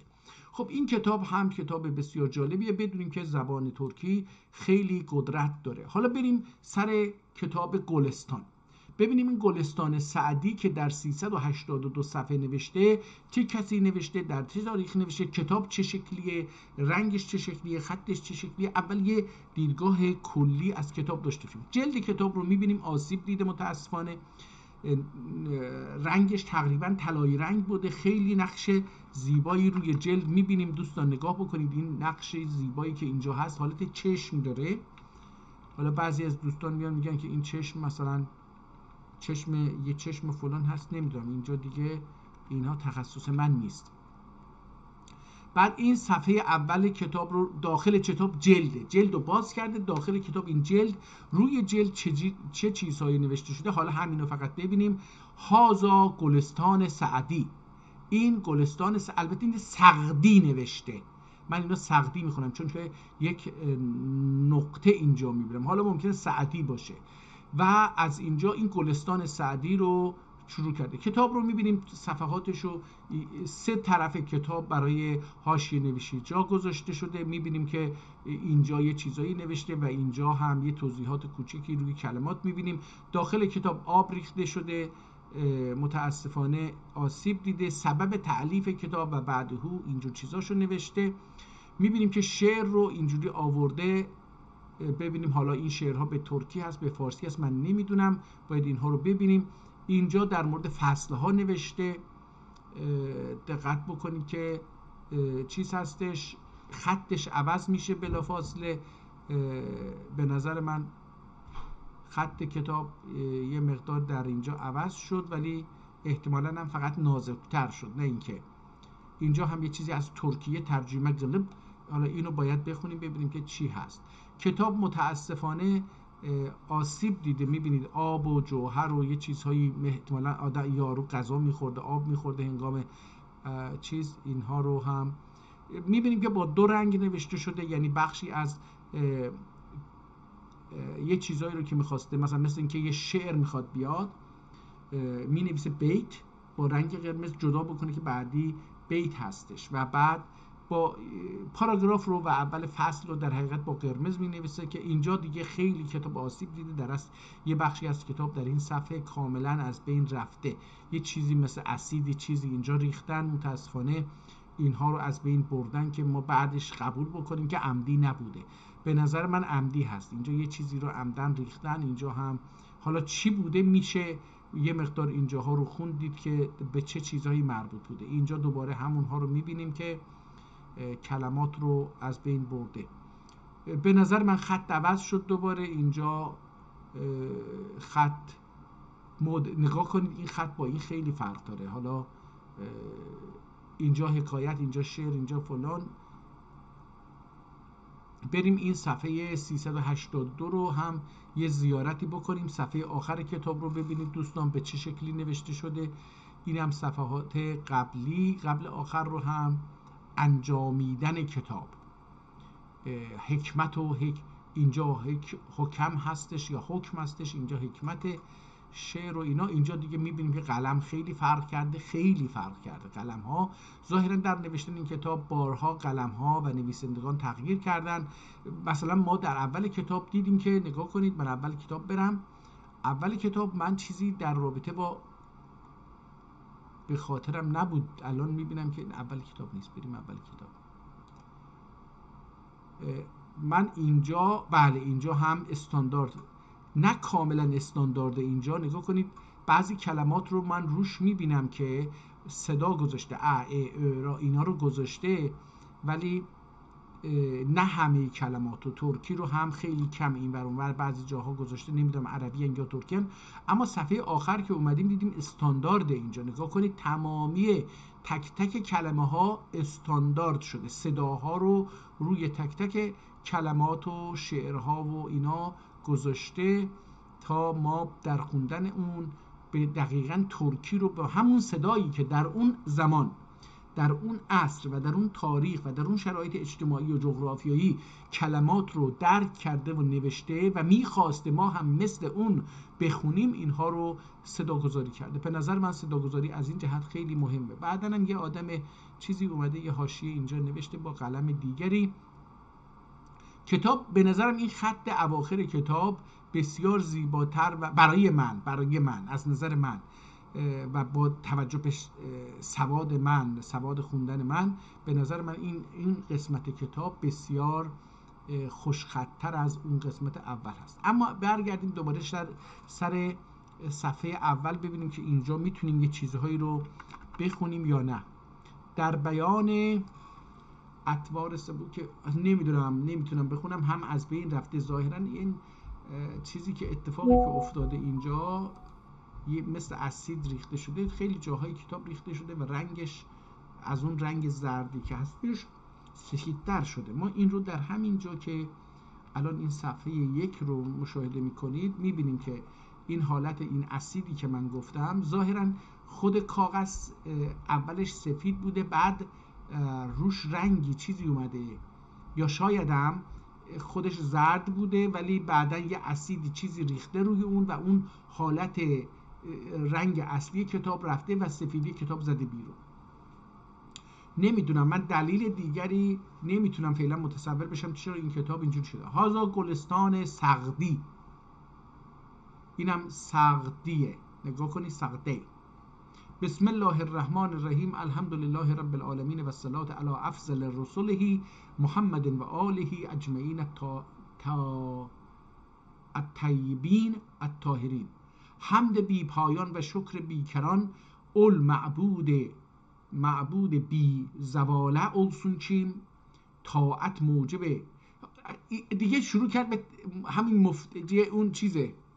فکر میکنم سعدی همینجوری گفته که اولسون چیم طاعت موجب قربت در و شکر مزید نعمت در. من فکر میکنم این که همین میتونیم حالا گلستان سعدی رو باز بکنیم، باهاش مقایسه بکنیم. بذارید ببینم من میتونم گلستان سعدی رو، گلستان سعدی فکر کنم گنجور اگه بریم در اونجا با گلستان سعدی ببینیم. گلستان سعدی میتونیم پیدا کنیم. نه این انگلیسیه، من باید گلستان سعدی. راضی نشدید گلستان و سعدی را بدون لحاظ کردن تجربه واژگان جستجو کنید. نه این نداره، ظاهرا کتاب رو، متن کتاب رو نداره. بریم خب اینجا بنویسیم گلستان سعدی PDF.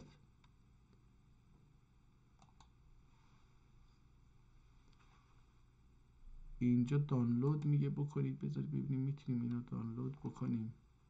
البته نمیخواستم دانلود بکنم، میخواستم فقط چیز بشه. دکتر غلام حسین یوسفی نامی این رو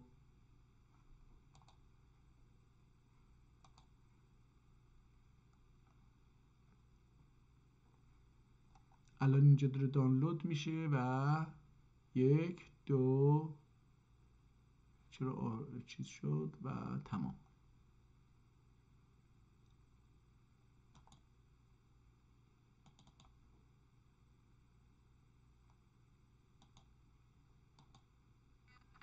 خب این هم این بوستانه که گلستان نیستش که ما رو گولمون زد یا ما خودمون گول خوردیم. بوستان نوشته بوده، ما هم اومدیم همین بوستان رو رفتیم به جای گلستان بوستان. ولش کنید، حالا مهم نیست. بریم سر کتاب خودمون، زبان ترکی.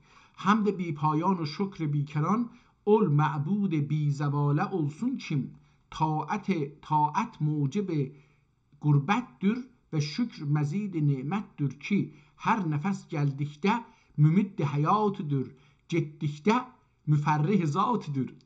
خیلی زیبا نوشته. پس هر نفسته آن نعمت موجود در، آن نعمت موجود در و شکر واجب در، اگرچه یا هونیت له حق تعالی شکر فی الجمله ادا اولونور. اگرچه یا هو نیت له حق تعالی شکر فی الجمله ادا اولونور، اما شکر کما ادا المقده کما ادا المقده انسان طاقت بی پایان در. نه که کم قرآن اینجاشو نمیتونم بخونم. اعلمو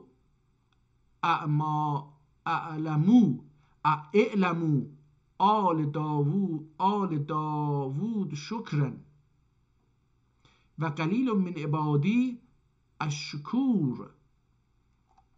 بنده همان به که ز تقصیر خیش عذر به درگاه خدای آورد، ورنه سزاوار خداوندیش کس نتواند که به جای آورد. اینجا فارسیش آورده. گل ادور که از چیچ اصلین لکن بلوب üzrünü حق تعالیه. بذارید ببینید. خب در اینجا میبینید که سعدی رو به زیبایی داره ترجمه میکنه از گتوره و گرنه گنگی گول اولا. گنگی اینجا من ای میبینم، گنگی گول اولا چی؟ حقه یرر گلوغی yerine getirebilir. Bir hesab rahmetinin baran harire erişmiştir. Bir deriq nimetinin xan harire çekilmiştir. Gullerinin fahişiyle namuz perdesin yırtmış دکلدر. و بو خطای خیلی زیبا میشه این آدم بتونه بخونه. خطای منکر وظیفسین کسممش دکلدر. کسممش دگیلدر. ای کریمی که از خزانه عیب کبر و ترسا وظیفه خور داری. دوستان را کجا کنی محروم تو که با دشمنان نظر داری. ای کریم پادشاه کی غیب خزینelerinden kafir ve tersa vazife خور kıldın. Dostların ki geçen محروم kalsın. این دوستان قبلا هم یه بار دیگه در دو کتابیه این کلمه گچن رو خونده بودیم ولی هنوز من مفهوم این رو متوجه نشدم. دوستلارون کی geçen محروم گلاسın. فکر میکنم geçsin ki dostların ki geçsin ki به محروم گلاسın ki düşmanların ki düşmanlarına nazarın eskik etmezsin bad sabah فراشعه امر etmiştir ki.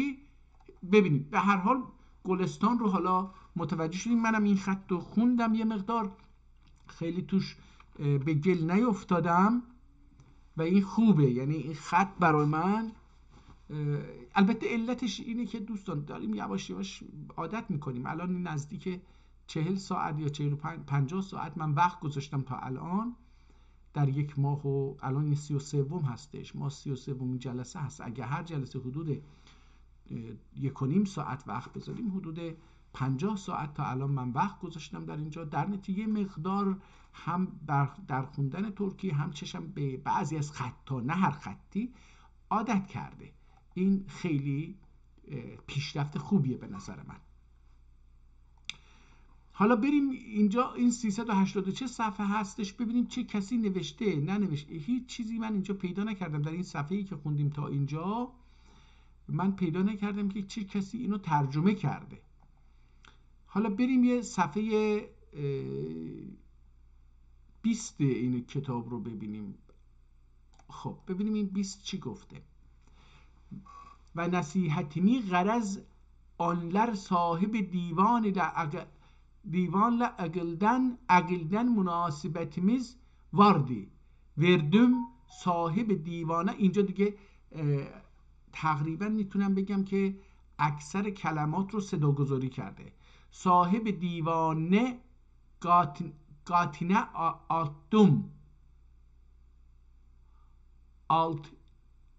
altdum ve halini eklettim ta ki bir sehl mensebe gudler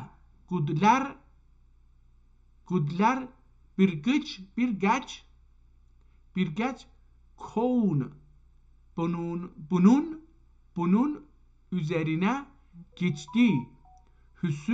Hüsnü tedbirini bekendiler bir dahi a'la mertebeye çıktı. Künden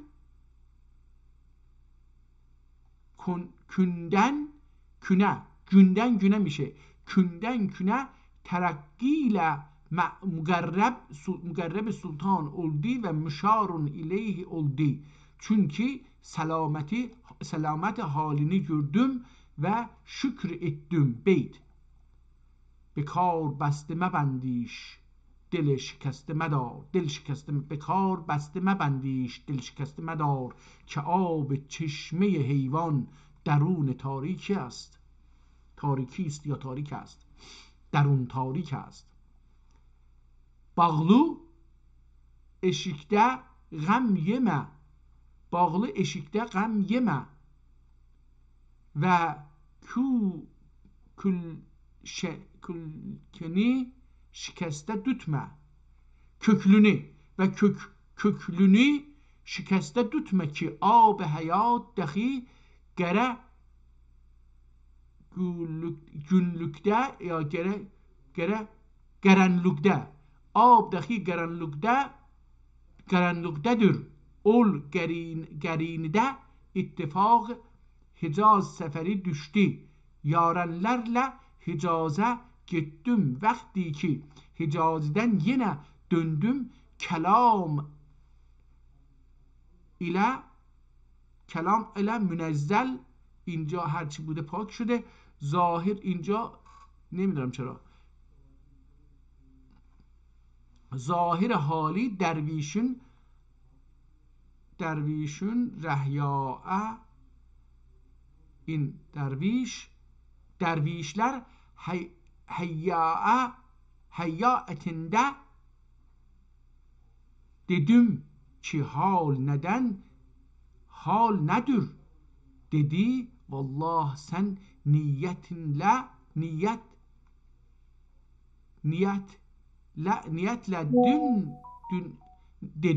niyetle dedin ele oldu ele oldu bir taife anın sayesinde rahat olup derundaki dururun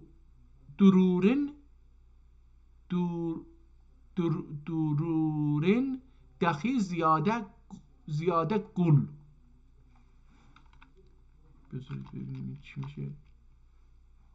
اینجا یه چیز دیگه است kaçındım اینجا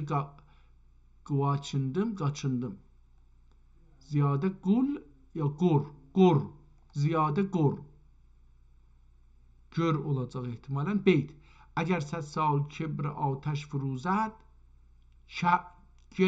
جبر آتش فروزد به یک دم گر درو افتد بسوزد به یک دم گر درو افتد بسوزد اگر 100 yıl bir gebr oda teberse eğer bir dem acine düşerse yine خب میتونیم بخونیم بریم به آخر کتاب دوباره اینجا صفحه 100 شعر زبانت بازدار ای مرد هوشیار اگر وقت ولادت مار زایند از آن بهتر نبین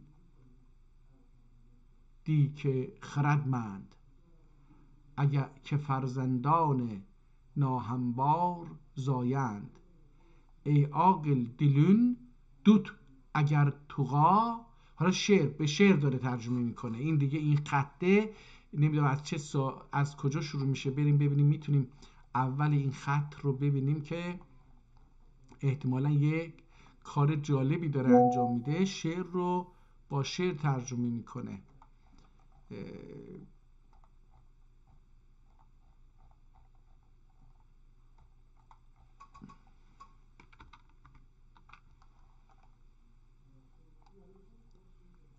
بذارید ببینیم اینجا من حدیث عشق رو دیدم حدیث عشق از این بطانی پوشن که در سختی کن. حدیث عشق از این بطاک یا بطاک می پوش، که در سختی کند با یارش فراموش. چنین کردند یاران زندگانی، ز کار افتاده بشنو تا بدانی. که سعدی راه رسم عشق بازی، چنان داند که در بغداد تازی. دلارامی که داری دل درو بند، دگر چشم آن همه عالم فرو بند. اگر مجنون لیلی زنده کشتی، حدیث عشق از این دفتر نوشتی. بیر پاک بازو و صاحب دل یکیت، بیر صاحب جمال عاشق olmuştu. Bir pak bazu ve sahibi dil yiğit جوان yiğit. Bir sahip cemal yani ziba. Aşık olmuş idi. Şöyle eşittim ki ikisi deryayı mühitide girdaba düştüler. Çünkü melah geldi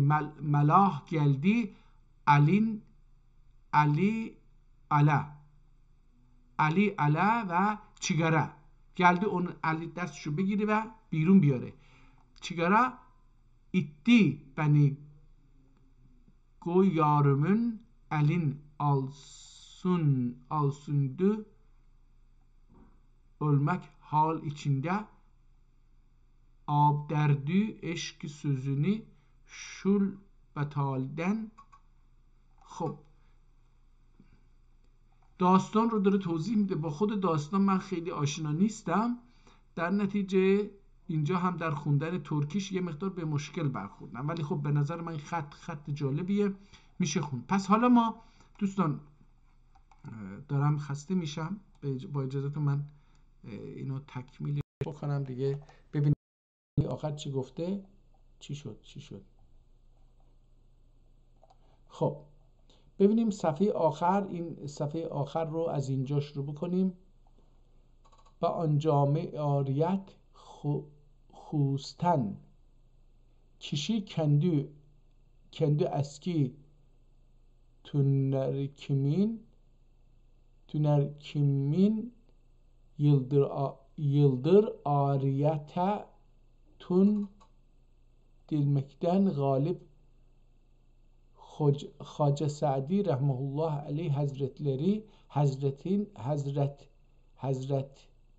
Hazretin sözü tarab engiz ve tibet emin sözdür. O cihetten ta'ni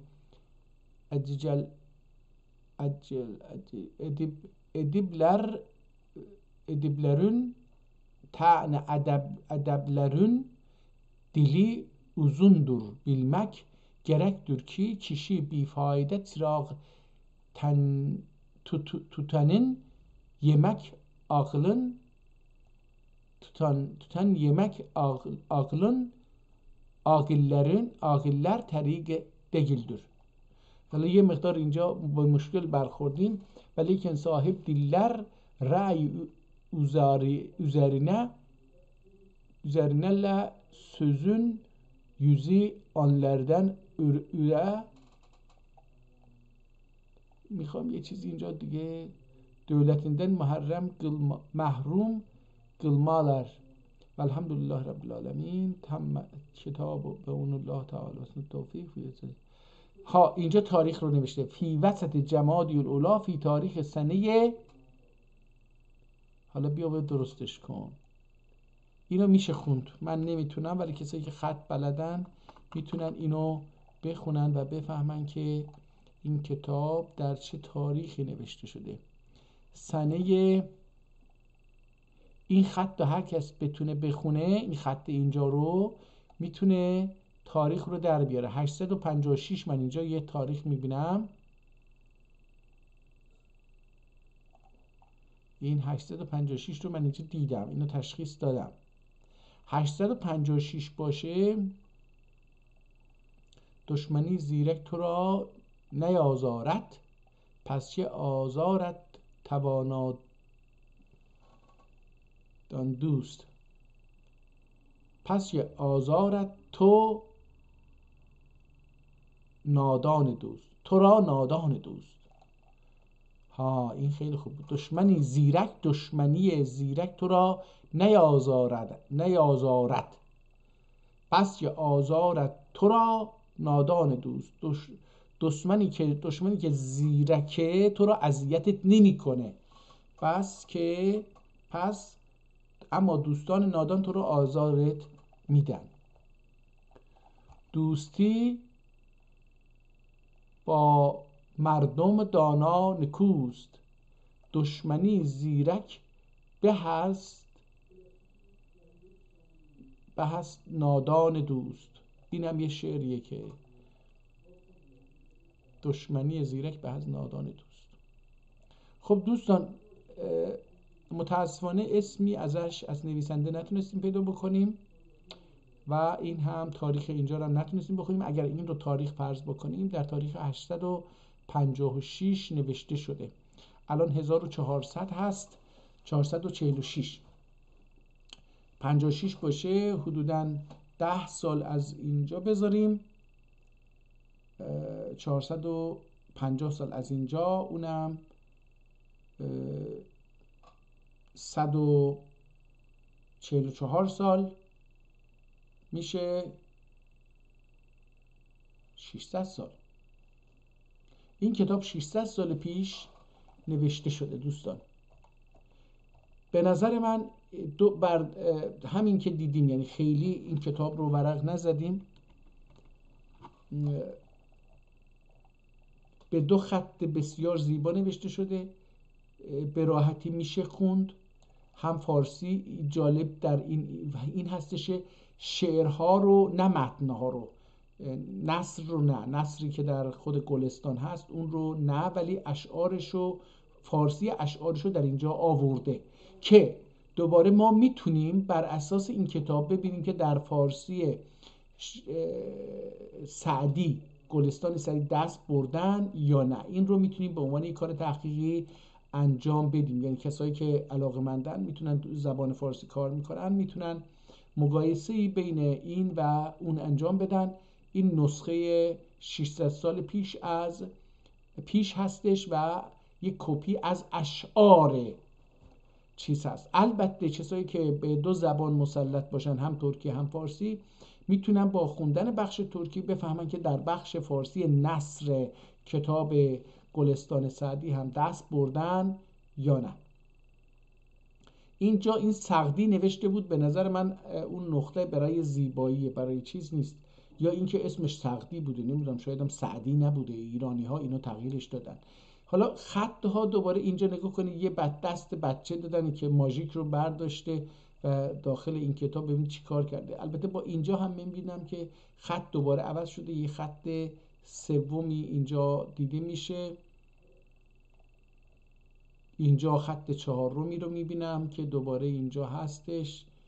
حالا اینجا اومده یه چیزایی نوشته، اینجا یه خط دیگری رو میبینم که دوباره با یه خط دیگری اینجا نشستن نوشتن، و اینجا یه خطی رو میبینم که ربطی به سعدی فکر نکنم داشته باشه. نمیدونم، من سعدی رو گلستانشو یه پدرم داشت البته، ولی من خیلی نخوندم اون رو، ولی یادم نمیاد که جدول داشته باشه و درش مثلا یه چنین چیزهایی نوشته شده باشه. به نظرم اومدن و این کتاب رو صفحه اضافه کردن و درش چیزهایی نوشتن. اینجا هم یه چیز جدیدی رو میبینم دوستان، من اینو ندیده بودم، گلستان ترجمه. اینجا یه چیز جدیدی دیدیم، اونجا یه چیزی بود، اینجا یه چیز دیگه. بو نسخه، حالا 2 تا نسخه از گلستان رو اینجا در اصل داره ادعا میکنه که 2 تا نسخه هست، یکی که اصلا ترجمه بوده، یکی هم اینه. یعنی این صفحه 191 رو اینجا داشته باش، نه 43 رو اینجا داشته باشیم به خاطرمون.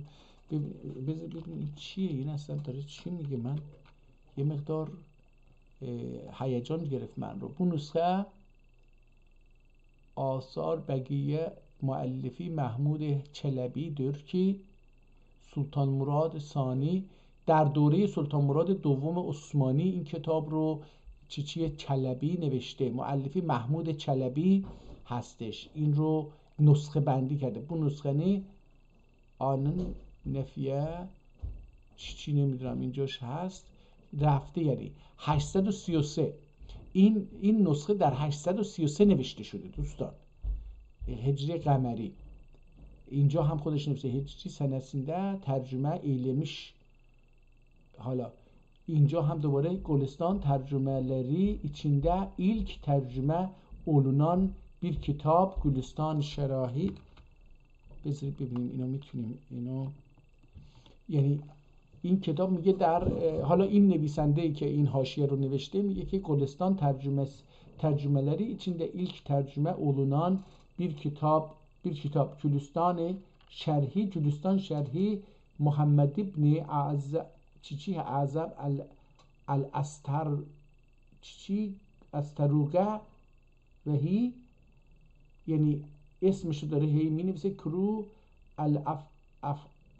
سید علیزاده سودی البغدادی. هنوز این اسم ادامه داره ولی کامل خونده نمیشه، آب اینو رفته و از بین برده. اینجای کتاب هم ظاهرا از بین رفته، به احتمال زیاد اینجا شاید هم یه چنین چیزی الان من با این که دارم نگاه میکنم به این نتیجه دارم میرسم که کتاب کاملا فرسوده شده و خیلی جاهاش، اون جاهایی گفتیم اسید ریخته، اونا از بین رفتن، اونا موریانه خورده اونها رو. این اومدن روی یک کاغذ سفید اینها رو چسبوندن، یعنی باقی مانده کتاب رو همون جوری که هست چسبوندن به اونجا. به نظر من این اومد، برای اینکه نگاه کنید اینجا کاملا معلومه که این کتاب از بین رفته و این صفحه رو میبینیم که اینجا بهش به نظرم چسبونده شده. خب بذارید ببینیم اینجا چجوری، اینجا چه شکلی آغاز شده. بسم الله الرحمن الرحیم الحمد لله رب العالمین و الصلاة علی افضل و رسوله محمد و آله اجمعین الطاهرین الطیبین الطاهرین. حمد بی پایان و شکر بی کران اول معبود بی زواله olsun ki kim taati موجب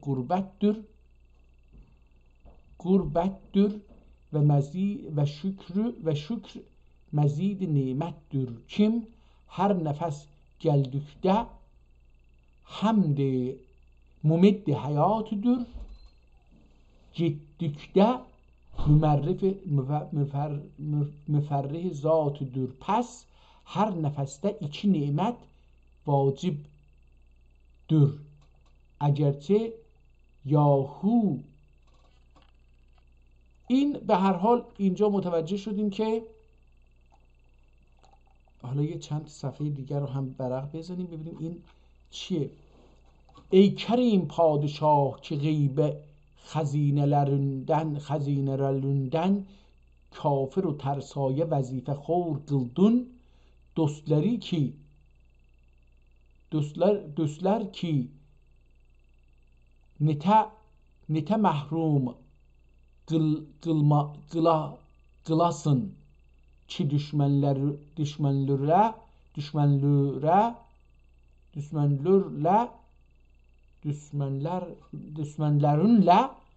düşmanlarınla nazarı askük etmezsin. Badi sabah faraşine emretmiştir kim yüzüne ferş zümrüdin döşüye ve abr behari da isne buyur. به هر حال به نظر میاد که اینجا با دو تا کتاب مواجه هستیم. کتاب اول که تموم شد اون گفتیم که در کتاب‌های قبلی توضیح دادیم که هر کتابی در اولش و آخرش صفحه های سفیدی برای نقد نویسی وجود داره، نوت نویسی وجود داره. این کتاب صفحات اول رو که اینجا گذاشته، این در اصل دو تا کتاب گلستان هست، یه دونه نیست.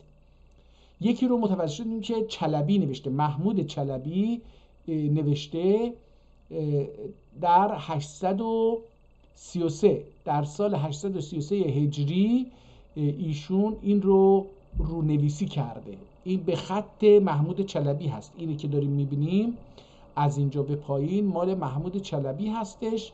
یه آدمی هم که اینو خونده اینجا میبینی خط کشیده، اینجا اینها رو نوشته دیگه. نرفته بره آقا برو بیرون کتاب بنویس دیگه، حاشیه رو بنویس دیگه، چرا اینجوری مینویسی؟ این خط محمود چلبی هست. چلبی ها از بزرگان خلافت عثمانی هستند. اینجا میبینید سطرهای که این صفحه های پایانی سفید گلستان اول رو اومده یه کار اینجوری انجام داده. نمیدونم این لیمون هستش و اینا اینجا نوشته، احتمالاً داروی چیزی اینجا نوشته. به هر حال اینجا هم بله دارو هستش، اینا دارو هستش. اینجا هم یه چیزی منگول دور که حضرتی که bir gün Hazreti Resulullah sallallahu aleyhi ve sellem Hazreti Ebu Bekr ve Ali ve Hazreti Ayşe ve Fatıma Rizvanullah Teala aleyhim ecmaîn bunlar ile oturup musahibet ederlerdi. Bunlardan biri Peygamber Hazretine ettiler ya Resulullah Hazreti İsa aleyhisselam'dan kavmi Maide talep ettiler. Hazreti İsa dua etti, Hakkı Teala müstecab edip maide irsal etti. Biz de bize Hakkı'dan maide rica edin ya edek dediler. Hazreti Peygamber aleyhisselam sallallahu aleyhi ve sellem dua etti. Hemen dem alt kese ile alt dane hur mübarek ya nazil ihtimalen باشه nazil oldu. Ol kaselerin içinde şerbet olup birin kendileri tenavül buyurdular ve birin Hazreti Ebu Bekir ve birin Hazreti Ali'ye verdi Hazreti Ayşe ve birin Hazreti Ayşe ve birin Hazreti Fatıma verdiler ve birin dahi Enes ibn Malik davet ettiler. Buyurdular ki ya Enes şerbet iç ve şul جور. حالا به هر حال اینم یه داستانی رو داره تعریف اینجا میکنه. نمیدونیم چقدر صحت داشته باشه یا نه. ما کاری هم به صحت کتاب نداریم، کار به زبان کتاب داریم که این ما در اینجا کتاب از کجا تموم میشه. به نظر میاد که اینجا یه چیزی هم نوشته که ای شیخ بو لطیف آواز حیوانه اثر اتی ولیکن هیچ سند اثری بولمدی. احتمال میدم که در اینجا این تموم میشه، احتمال میدم، نمیدونم، که اول کتاب در اینجا تموم میشه و میبینیم که کتاب رو دستکاری کردن. از اینجا دوباره خط عوض میشه.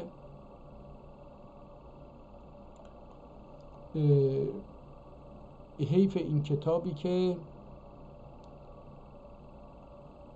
حالا ببینید وقتی ورق میزنیم با یه چیزی عجیبی مثل این روبرو میشیم که دو کتاب در داخل یک جلد، دو جلد از گلستان، به اینجوری بگیم نویسنده اومده یا کسی که این کتاب رو جمع کرده اومده 2 تا گلستان رو خریده داخل یک جلد قرار داده تا مقایسه بکنه بین این و اون. فرق اونها با ما رو ببینید چقدر هست. اینجا دوباره داریم میبینیم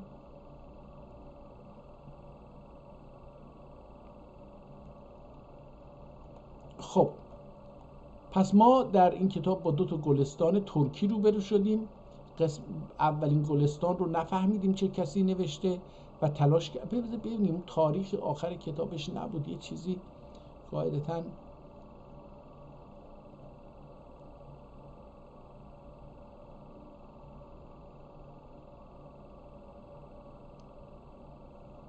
bir gür şebehi var idi sen'ati kemali eriştirmişti 360 bend bulurdu ve her gün bir نه اون دیگه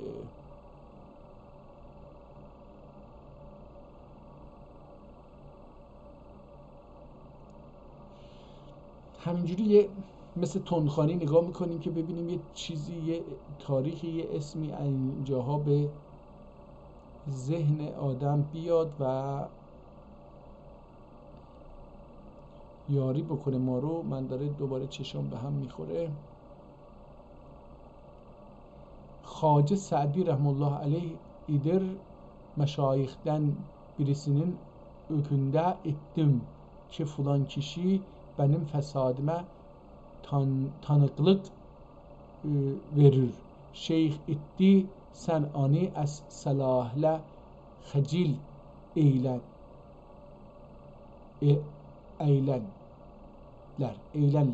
تو نیکو روش باش تا بد شگال به نفس تو گفتن نیاید به حال. اینجا هم همون دیگه اینجا تموم میشه. متاسفانه چیزی در این باره باب و کناب طالع المولود برای زنان برج حمل نه دیگه. اینجا میاد به دوباره میرسه به یه چیزهایی که ربطی به ببینید نویسندگان چی بودند. من وقتی این کتاب رو نگاه میکنم نویسندگان ما، بزرگان ما چه می نوشتند و برای اینکه ما نظرات بخونیم و نقدش بکنیم صفحه سفید میذاشتند و ما در اونجا می اومدیم چی کار میکردیم؟ فندق و نمیدونم چیزها می نوشتیم که فال بگیریم یا دعا بنویسیم. نگاه کنید از وقتی من بارها گفتم از وقتی دنیای اسلام عقب موند که درگیر این دو طایفه ملا و رمال شد و کار علمی رو رها کرد و چسبید به رمالی و ملایی. هر دوتا روزی خودشون رو از توز و کلک و دروغ به دست میارن. دوستان به نظرم امروز با 3 کتاب بسیار جالبی روبرو شدیم و حتی اومدیم